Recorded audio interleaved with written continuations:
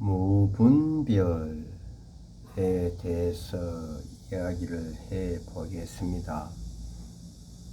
우리가 흔히 무분별 하니까 분별하지 마라. 분별하지 않는 것이 무분별이다. 이렇게 이야기를 많이 하시는데 그것이 무분별이 아닙니다. 분별하지 마라. 그러면 분별 안 하면 무명, 무명은 무지, 무지는 무식한 거, 그것이 무분별이다. 이런 생각을 이야기를 많이 합니다. 도교 사상이죠. 이건 불교는 아닙니다. 무분별이란 분별을 너무 잘해서 분별할 것이 없는 상태를 무분별이라 합니다. 자, 어떤 단체가 있습니다. 그 단체에 소속된 각각의 개인이 문해력이 뛰어나요. 문해력, 문자를 해석하는 능력. 다시 보면 사람을 이해하는 능력, 이심전심. 그러면 이심전심이 되려고 하면 분별을 잘해야 됩니다. 왜? 눈치와 센스가 있어야 되거든. 이것이 문해력이 뛰어난 사람은 눈치와 센스가 뛰어나다. 분별을 잘하는 것입니다. 그러니까 분별을 잘하니까 눈치와 센스가 뛰어나니까 나와 우리 단체에서 시비가 안 생기지 않습니까? 시시비비를 가리지 않지 않습니까? 이것이 불교에서 이야기하는 시비가 끊어진 세계이거든요. 시비가 끊어진 세계가 무명, 무지, 무식해서 시비가 끊어지는 것이 아니라 이심전심, 사람을 이해하는 능력, 문해력, 눈치 센서가 서로가 있어서 분별을 잘해서 시비가 끊어지는 것이거든요. 그러면 시비가 끊어진 자리는 말이 필요 없다 합니다. 말이 필요 없다. 말이 끊어진 자리. 왜 말이 필요 없습니까? 이심전심으로 눈치가 빠르고 센서가 있는 말을 하니 말이 끊어지죠. 시비 가졌으면 말을 하지 않지 않습니까? 그러면 이 말을 행으로 보면 문해력, 사람을 이해하는 능력, 이심전심, 눈치 센스가 있어서 분별을 잘하니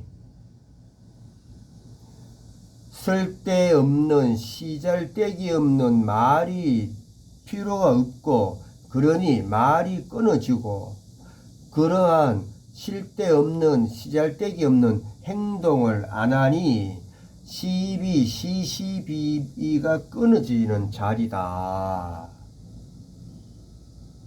이것이 무분별입니다.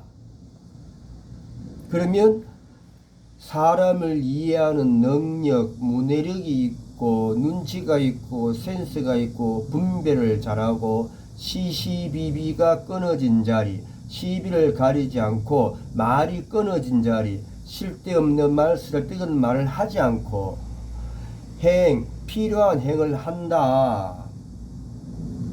이것이 불교의 대기설법, 제가 지은 말이지만 대인설법이 되고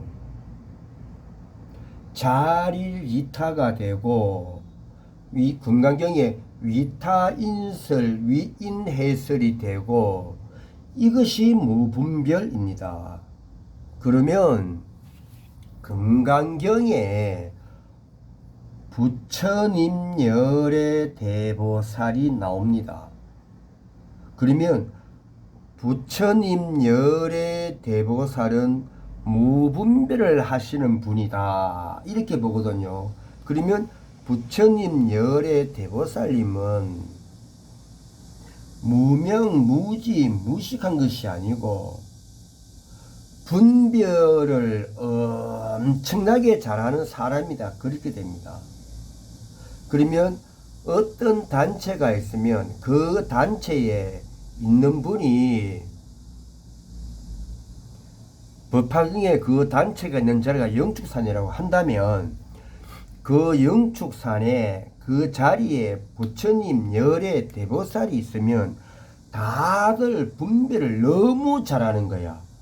분별을 너무 잘하니까 눈치 센스가 너무 빨라. 그러니까 시시비비가 안 가려지는 거야.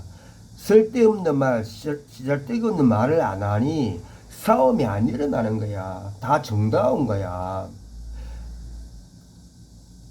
적당한 장소에서 적재적소에서 행동만 하니 서로가 불편한 게 없는 것이야. 이것이 무분별이고 부처님 열의 대보살님이십니다. 그러면 이것을 현대의 학설로 보면 이것이 동시성입니다. 동시성이란 책자를 보면 나와 수십 수만리 떨어져 있는 너하고 통한다 이런 개념이 동시성인데 상대성의 상대편에 서 있죠. 그러면 이것이 동시성이고 이것이 구심이고 이것의 힘이 구심력이고 이것이 자성입니다.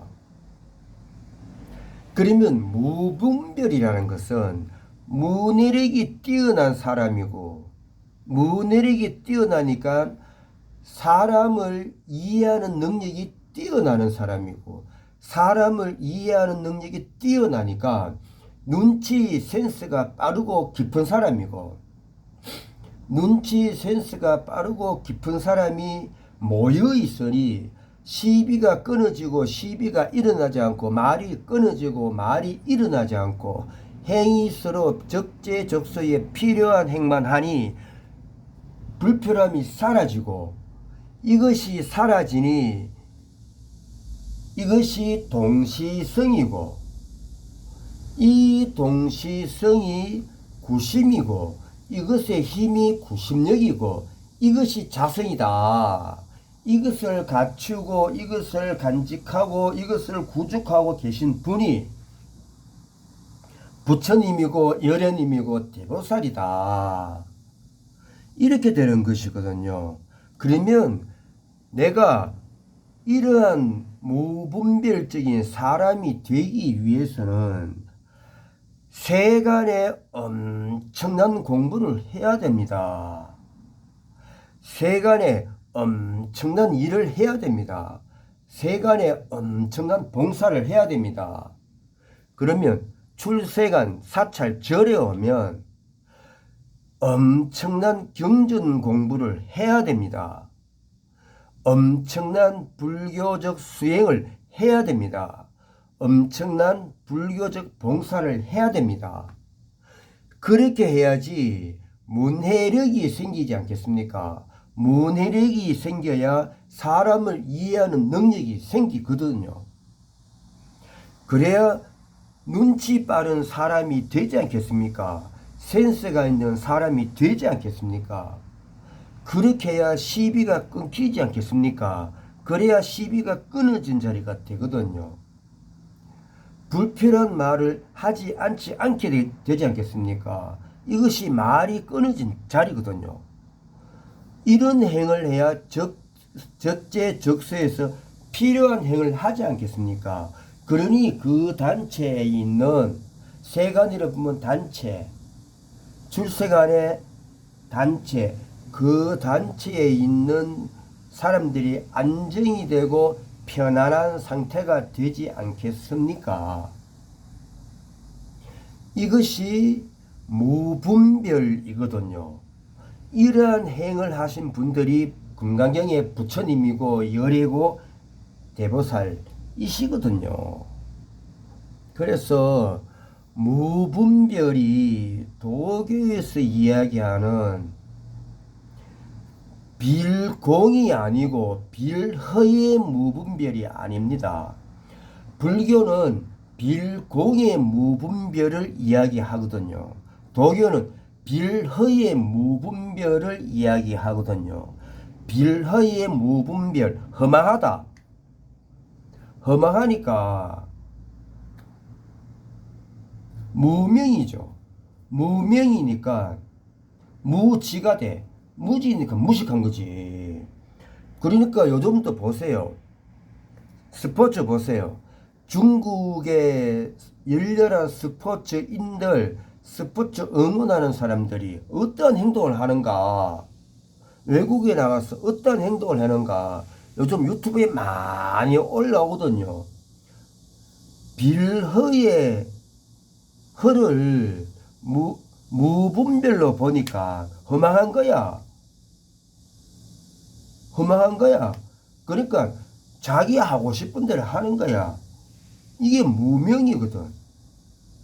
이게 무지거든. 무식한 거거든. 그래서 유튜브 보면 다른 거 볼 거 없습니다. 요즘 하계올림픽 하죠.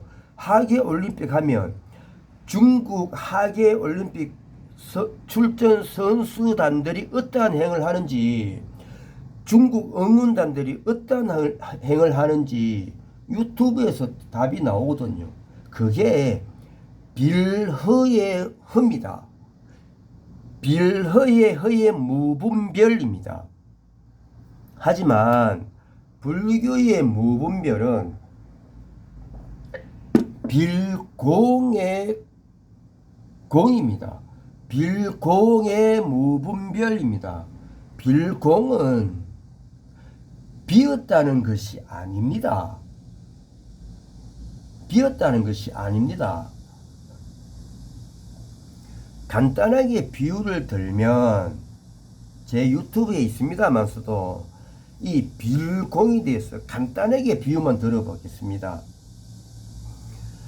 신축 건물에 안에 도배만 하고 안에 아무런 물건이 없습니다. 도배만 하고 비어 있습니다. 분명히 비었죠. 내가 볼 때는 비었잖아요. 그런데 창틀로 햇살이 들어옵니다. 햇살이 들어오면 그 햇살 사이로 엄청나게 많은 먼지가 있지 않습니까? 그러면 비었지 않고 가득 차 있죠. 이것이 불교에서 말하는 빌공입니다. 빌공이 비었다는 것이 아닙니다. 일체 전체가 비었기도 하고 일체 전체가 가득 차 있기도 하다. 이것이 빌공입니다. 제가 잠깐 설명드렸지 않습니까? 이것이 불교의 법신, 보신, 화신, 삼신이 되는 것입니다. 이 빌공에 대해서 불교의 삼신, 법신, 보신, 화신에 대해서도 제 유튜브 영상이 있습니다. 무분별에 대해서 한번 좀 깊은 사유 생각해 보시기를 바라겠습니다.